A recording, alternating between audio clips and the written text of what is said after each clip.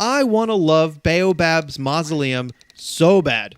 So bad.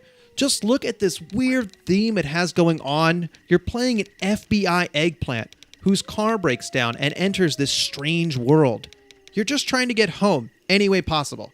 This includes a lot of murder, like this dog, or this chef, or this golden flamingo.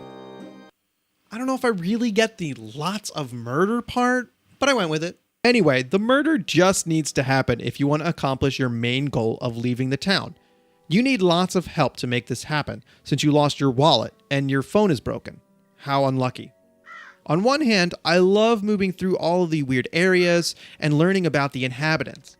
I was enjoying taking a lot of time to talk to each character and soak in the experience. On the other hand, it's very slow going and feels like the game is dragging out every moment it can. This includes the movement speed and non-adjustable dialogue speed.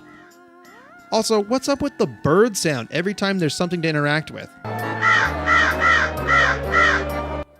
Or this duck sound every time I press a button. This gets annoying super fast. Why are you trying to slow me down and annoy me with these sounds? Ugh. Like I was saying, I wanted to love Baobabs, but just cannot.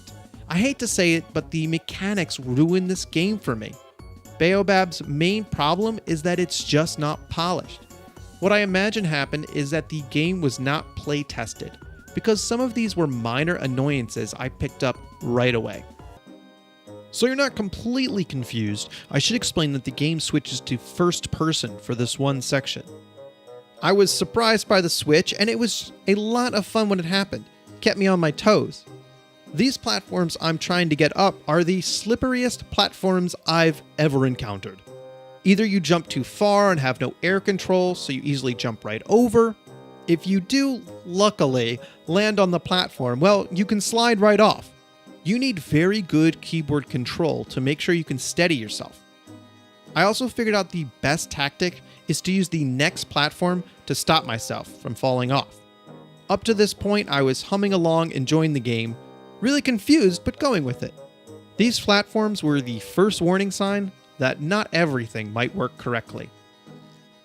Did I mention how sad I am that I am suggesting you don't pick up this game? I really wish I liked this game. There are just lots of small things that waste your time.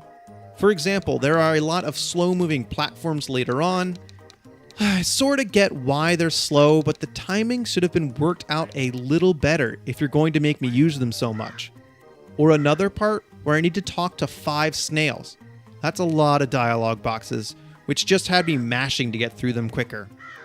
I'm including this in the game mechanics, but Baobabs Mausoleum is shockingly obvious. It's pretty much talk to everyone and go the only way you can. I mean, I guess the other extreme is to make it very difficult for the player to find the object that is required to progress, which also isn't very fun.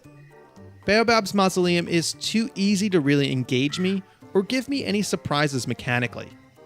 It's a case of talk to this NPC, oh, they need an item. Go find the item, bring them the item, and then get their item, use their item, proceed to the next section, yay, new section, repeat the process. For me, this doesn't provide what I'm looking for in a game. It turns into more of a chore, especially if you need to replay a certain part over and over and over. I did mention before that the shift from 2D to 3D was surprising, and some of the wacky things that happen during cutscenes and dialogue are interesting, but I get bored between them. Later on, the game decides to give you lives, and if you lose them all, you need to start over from the beginning of the chapter, which can be quite a setback. It's a pretty long section that requires these slow platforms I've mentioned before. I had to repeat this section 3 times, and I was almost at my limits of being able to keep playing this game. I'm pretty sure I found a bug that will not let me progress. I have a key and I'm 99% sure I found the door, but it still says locked. With the rest of the game being so obvious, I cannot imagine they're hiding the door. I don't know what to do, I'm stuck. Otherwise, I really like the theme, the pixel art, and the music. It's fantastic. Exploring the world is interesting. On some level, it's because I want to see what else the game is going to throw at me. I liked seeing what kind of weird situation the main character was going to be put into next. I do think the story and the theme really shine, and that comes across in the screenshots. There's an element of not knowing exactly what's going on in the story that makes me curious what's going to happen next. That's absolutely the best part of Baobabs Mausoleum. It seems like the goal was to create a retro gaming experience. Well, mission accomplished. However, we've reached a point where it's much better to include some of the more modern updates to your game.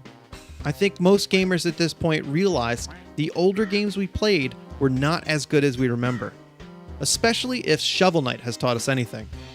Gamers want a more updated experience that fills a retro niche. If you go too far in one direction, it just doesn't work out. That's what happened here. The game went too retro. I think most of the issues, if not all of them, are patchable. I really hope the developer takes the time to polish the game up. I just want a bit tighter controls and a more modern dialogue system. If you're feeling a little masochistic and want to pick this game up, then maybe you'll be okay. If, and only if, you're not so reliant on mechanics. Maybe exploration and story will get you through this, but I warn you, it might be a bit frustrating. I personally rely heavily on a game's mechanics for enjoyment. Most of the time, the story is second place. You might find the frustration to be part of the retro charm. I was consistently amazed at the distance the game went to give the feel of a retro game. They really went for it and nailed it. If, however, you're into a more refined game experience and don't expect to slide off platforms, you might consider something else.